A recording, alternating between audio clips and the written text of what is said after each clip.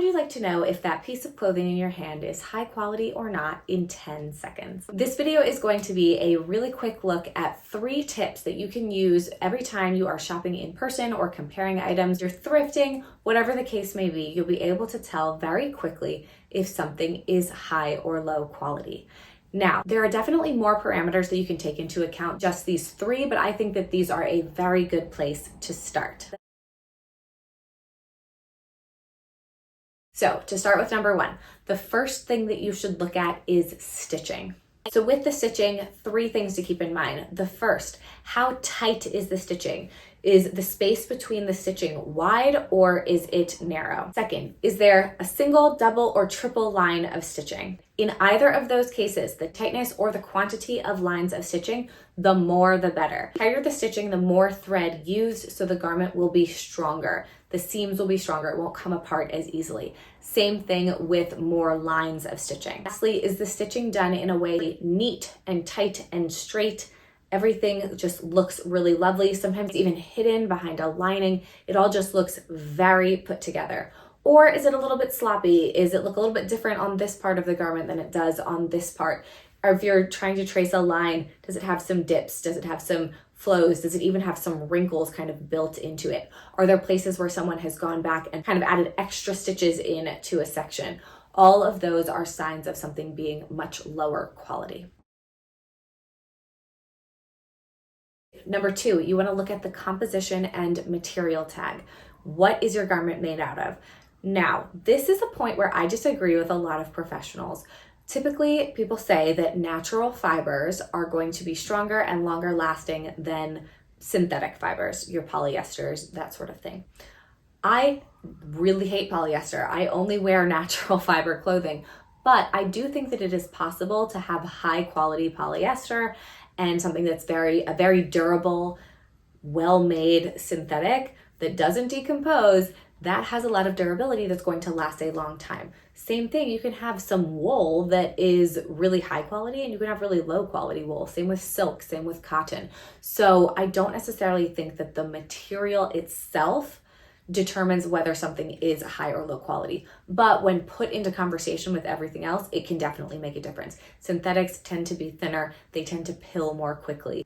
They tend to not wear as well over time as a great high quality natural fiber. Also, you want to look for mono materials. So that is a material where it's 100% of whatever that fiber is going to be. When you get blended materials, they tend to be made more cheaply and they tend to fall apart more quickly.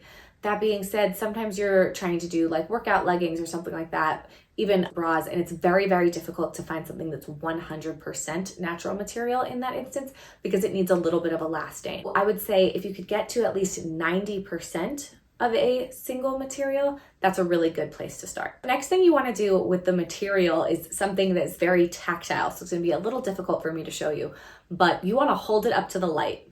The tighter the weave is, the less light you can see through the weave, the higher quality most of the time. The thicker the material, everything is tighter together, it tends to last a lot longer. When something is looser, it tends to continue to get loose and then it creates holes and it loses shape, all of that sort of thing. So that tends to be something that is lower quality. For example, if you're looking at a t-shirt and it's very see-through, not only is it not going to lay nicely on your body, it's not going to look as good for very long, but as soon as that material starts to get thin and get threadbare, it's going to be pretty useless. So a thicker, more substantial material with a tighter weave is going to be better.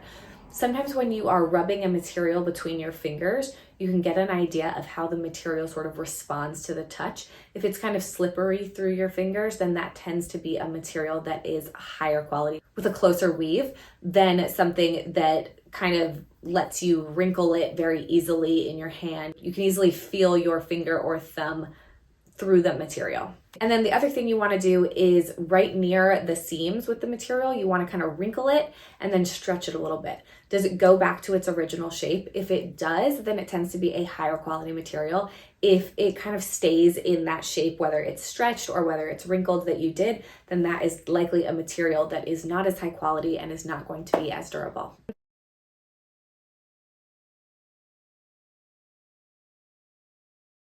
And the third thing you want to look for are extra details. So for example, if it's a button-down shirt, does it have a back yoke?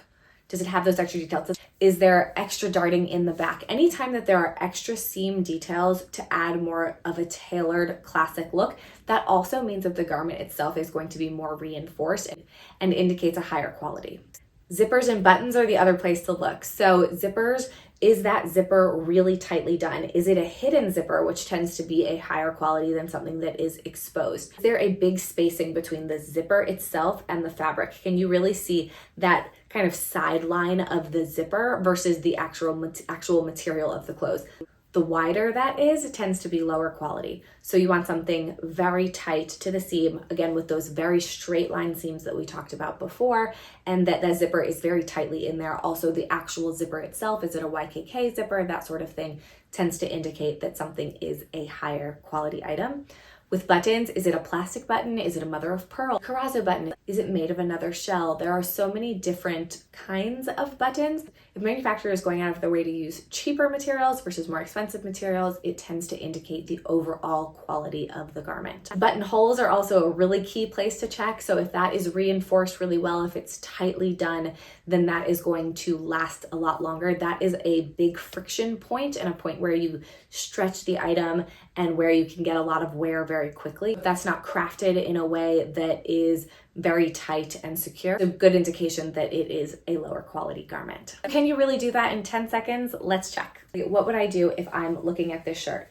So very quick glance at the stitching, that looks perfect. Looking at the materials, 100% organic cotton. Perfect. I'm holding it up to the light. The weave is incredibly tight. I cannot make out any objects at all. I cannot see the fan that is going, none of that. Looking at these buttons, I know that these are shell buttons. It might be a little harder to tell, but there's some pearlescence to them.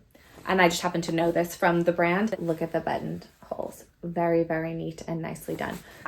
So I can know very quickly with all of that this is a pretty high quality garment. The thing I didn't do was the wrinkle test. So wrinkle and stretch.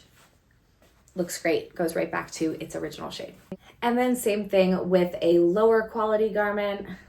This one is a print. Print, you can also check if the prints line up.